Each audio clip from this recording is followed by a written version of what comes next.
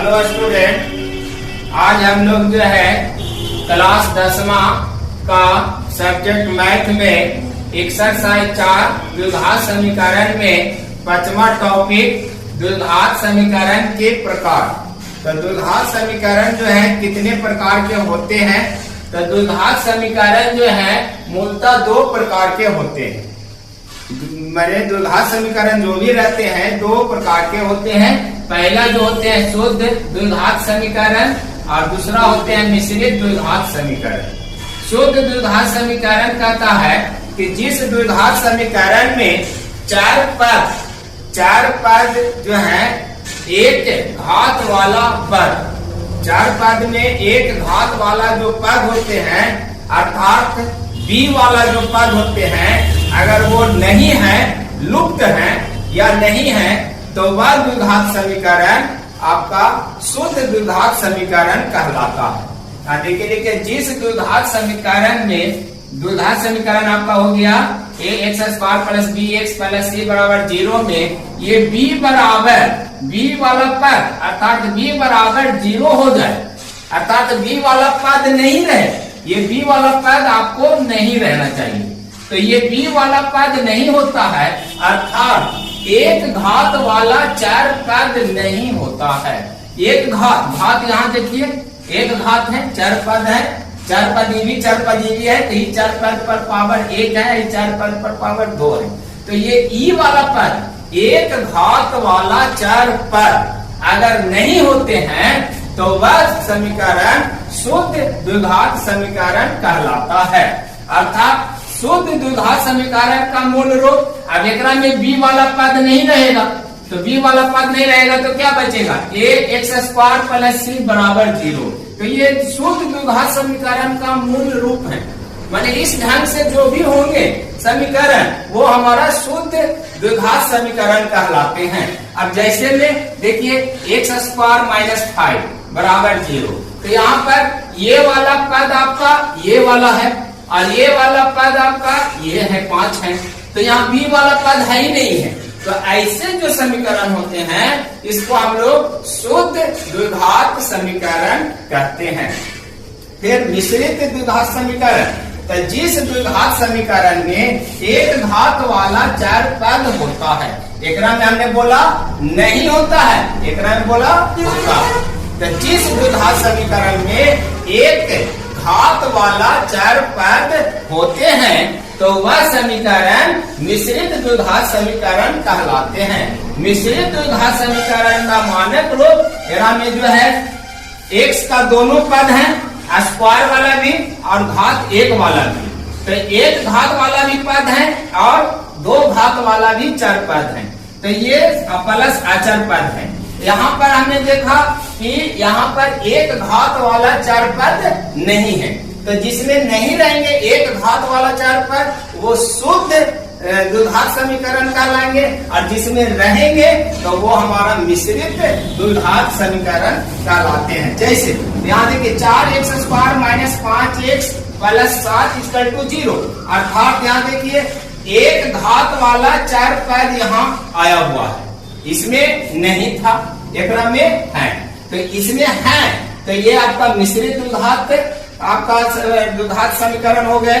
एकरा में नहीं है तो ये आपका जो है शुद्ध द्विघात समीकरण हो गए। अब जैसे में आपको हम एक और एग्जाम्पल दिखाते हैं कि जैसे 3x² प्लस 9 बराबर 0, आपका जो है ये आपका हो गया, इसमें एक घात वाला 4 पद नहीं है, एक घात वाला 4 पद नहीं है, अर्थात ये शुद्ध हमारा जो है ये हमारा शुद्ध आपका हो गया द्विघात समीकरण।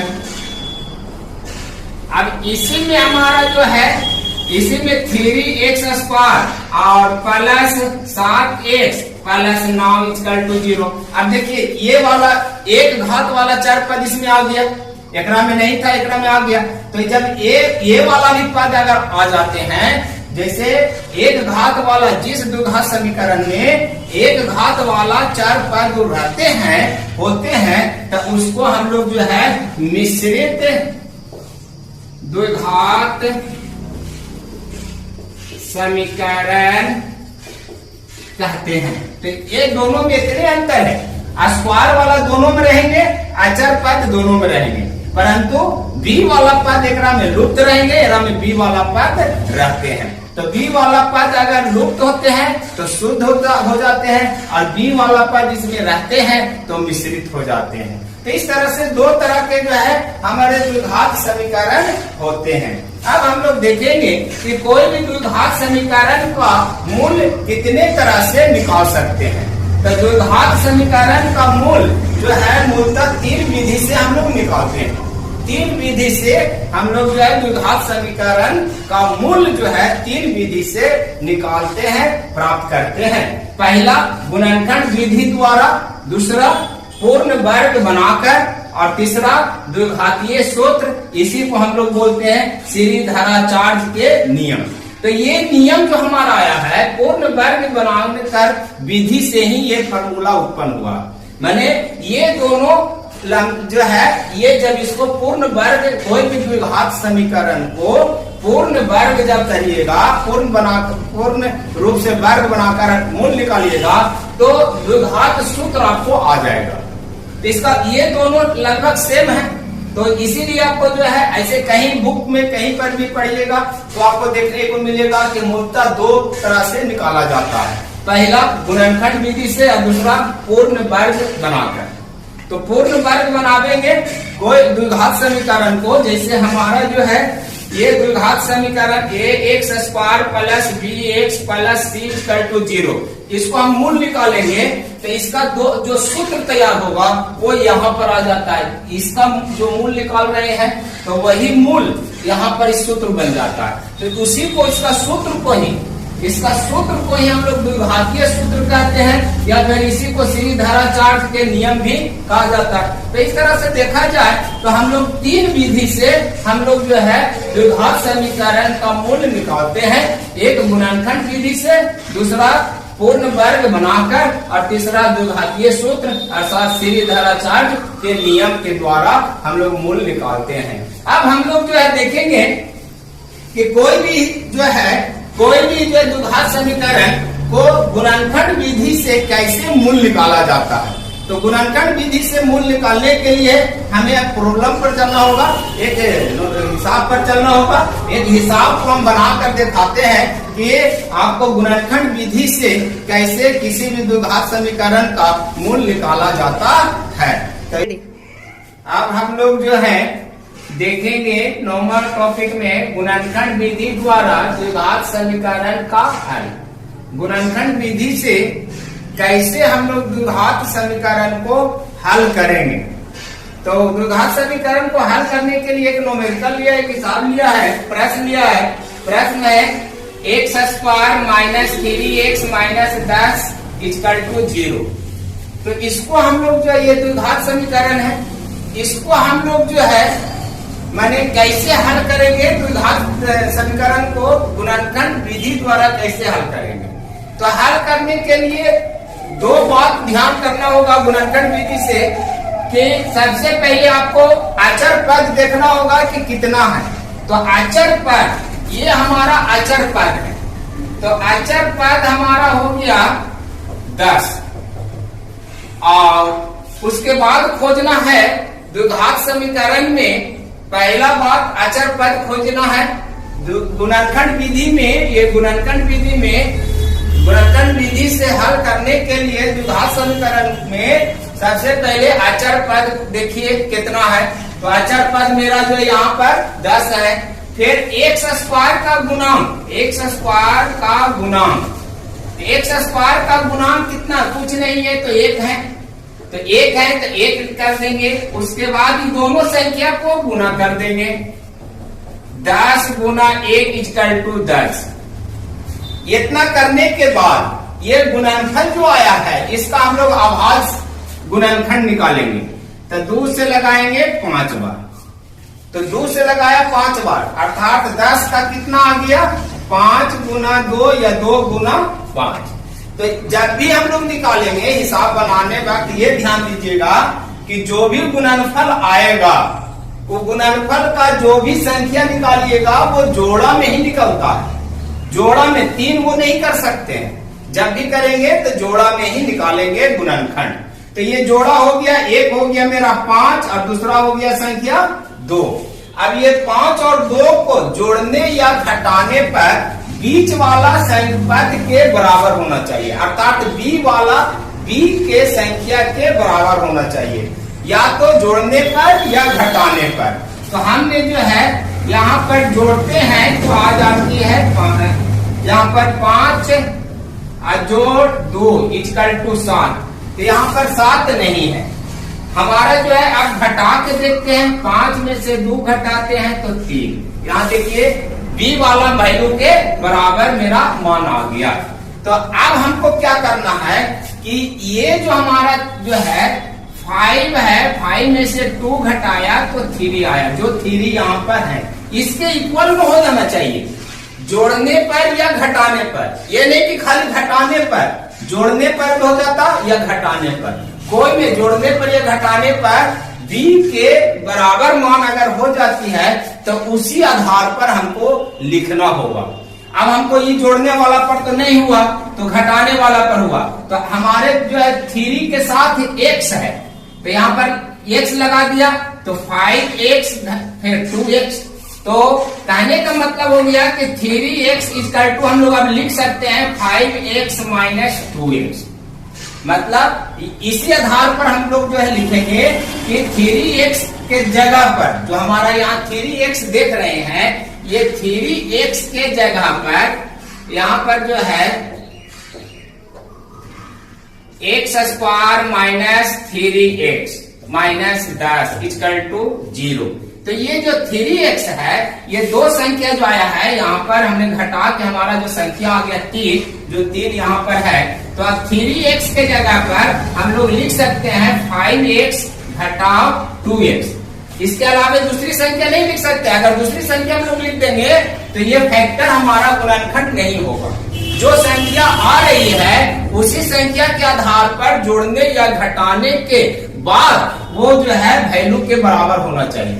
तो यहाँ जोड़ने पर तो नहीं हुआ, घटाने पर देखिए आ गया, 5 में से 2 गया 3 यहाँ पर था, तो हमने लिखा 3x के जगह पर 5x - 2x, मतलब इन दोनों का मान बराबर है। तो इसके जगह पर हम ये वाला बात लिखेंगे। तो यहाँ लिखते हैं या x² इसके जगह पर हम लोग क्या लिख देंगे 5x - 2x, ब्रैकेट में 5x - 2x, अब -10 है, 10 दे दिया = 0 है तो 0 दे दिया। ठीक है, अब ये सब का कोई काम नहीं है, ये खत्म हो जाएंगे, ये मिट जाएंगे। ये सब काम रफ में आपको करना है।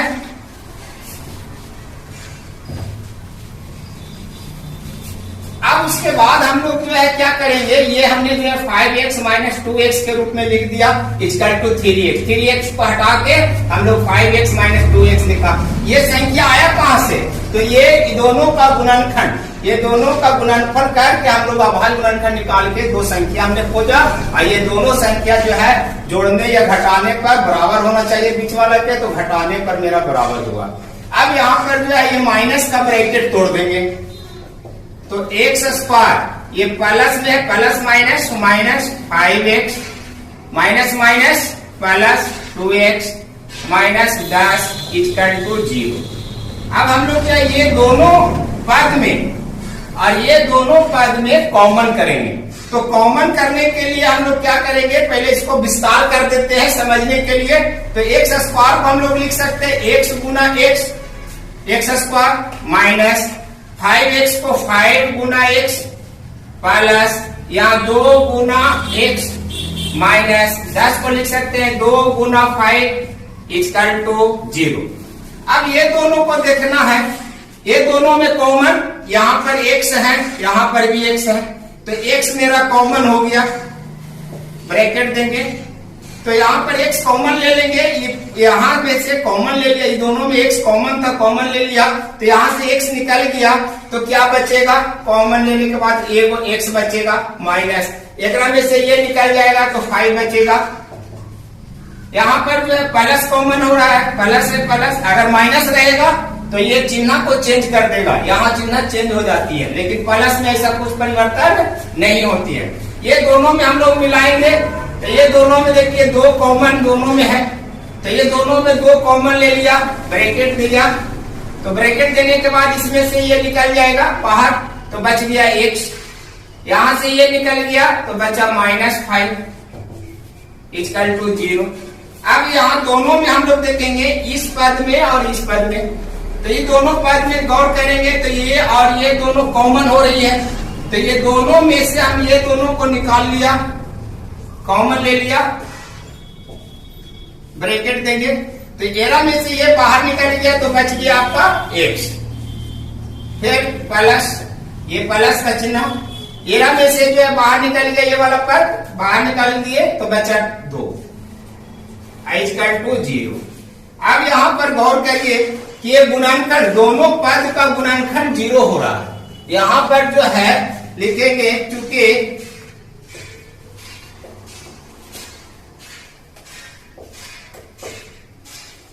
पदों का गुणनफल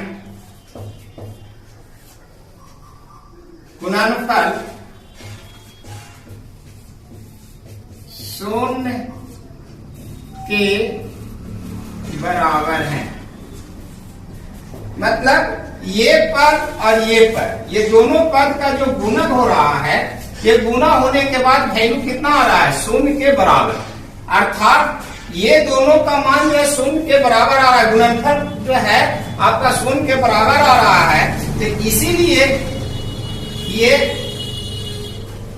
प्रत्येक पद 0 के बराबर होंगे। अब ऐसी स्थिति में ये दोनों का गुणनफल 0 आ रहा है, इसका मतलब ये भी 0 के बराबर होगा और ये भी 0 के बराबर होगा, ये गुना ये इक्वल टू 0, इसका मतलब ये दोनों का वैल्यू 0 के बराबर हो रहा है, इसका मतलब ये बराबर भी 0 और ये बराबर भी 0 होगा। अब यहाँ पर हम लोग क्या करेंगे, x -5 इक्वल टू 0 तथा एक ये पद बराबर 0 हो गया। अब इसको भी हम लोग करेंगे, तथा x + 2 इक्वल टू 0। यहाँ पर देखिए ये बराबर भी 0 और ये बराबर भी 0 हो गया, इसका मतलब जो है अब यहाँ से हम लोग हल करेंगे, इसे या करके तो माइनस में ऊपर ले जाएंगे, RHS दने ले जाएंगे, लेफ्ट हैंड से राइट हैंड में ले जाएंगे, तो ये माइनस से प्लस में हो जाएगा, तो +5 तथा ये है लेफ्ट हैंड से राइट हैंड में जाएगा, तो प्लस है तो उधर जाएगा तो बराबर के ऊपर तो माइनस में हो जाएगा, तो यहाँ से आपका 2 मान निकल गया। अतः करते एक आपका आ गया x बराबर 5 और एक आया x बराबर -2, यही आपका हल हो गया। तो इस तरह से गुणनखंड विधि से हम लोग जो है, इस ढंग से हम लोग जो है मूल निकाल सकते हैं, हल निकाल सकते हैं। तो इस तरह से और भी कई क्वेश्चन आपको हैं, जो भी गुणनखंड विधि से आपको जो है एक्सरसाइज आपका 4.2 में 4.2 में आपका जो है 4.2 में जो है और भी क्वेश्चन है गुणनखंड विधि से जो है द्विघात समीकरण का हल करें। तो गुणनखंड विधि से जो भी द्विघात समीकरण को हल करना है, तो इस ढंग से हम लोग जो है कर सकते हैं। पहले हम लोग जो है क्या करेंगे, दोबारा समझ लेते हैं। ये x वाला x² का गुणांक और अचर पद को गुना करते हैं, गुना करके उसका अभाज्य गुणनखंड निकालते हैं। अभाज्य गुणनखंड निकालने के बाद उसको 2 युग्म संख्या में हम लोग जो है निकालते हैं, और वो दोनों संख्या को जोड़ने या घटाने पर बीच वाला पद के बराबर हो जाना चाहिए, b वाला पद के बराबर हो जाना चाहिए। तो घटाने पर हमारा बीच वाला पद के बराबर हो गया। उसके बाद हम लोग जो है ब्रैकेट तोड़ के हम लोग जो है सरियाते चले गए, और यहाँ पर हमारा जो है आया, तो ये गुणनखंड, ये गुणनफल जो है दोनों जो है गुणनखंड के रूप में आ गया है। और ये गुणनफल ई पद और पद का गुणनफल 0 हो रहा है, इसीलिए ये गुणनफल जो है 0 के बराबर है। अतः ये पद जो है शून्य के बराबर होंगे और ये पद भी शून्य के बराबर होंगे। तो यहाँ पर हमने दोनों पद को शून्य के बराबर में कर दिया है और यहाँ पर जो है माइनस में है तो वह उधर आपको राइट हैंड साइड में गया प्लस में। अब यहाँ x बराबर है वो +5 आ गया। इसमें भी आपका जो है लेफ्ट हैंड में जो है 2 है, 2 को प्लस वाला को ले जा रहे हैं राइट हैंड में तो माइनस में हो गया। तो इस तरह से हमारा दोनों वैल्यू हमारा निकल गया x बराबर 5 और आपका जो है x बराबर -2। तो इस तरह से हमारा ये दोनों आंसर दोनों हल आपका द्विघात समीकरण का निकल गया। अब इस ढंग से हम लोग जो है और भी जो है हिसाब बना सकते हैं, देख सकते हैं। डॉक्टर केसी सिन्हा का बुक में एक्सरसाइज 4.2 में और भी इसका प्रॉब्लम है जिसको आप लोग बना के देखिए, इस विधि से आपका बन जाएगा।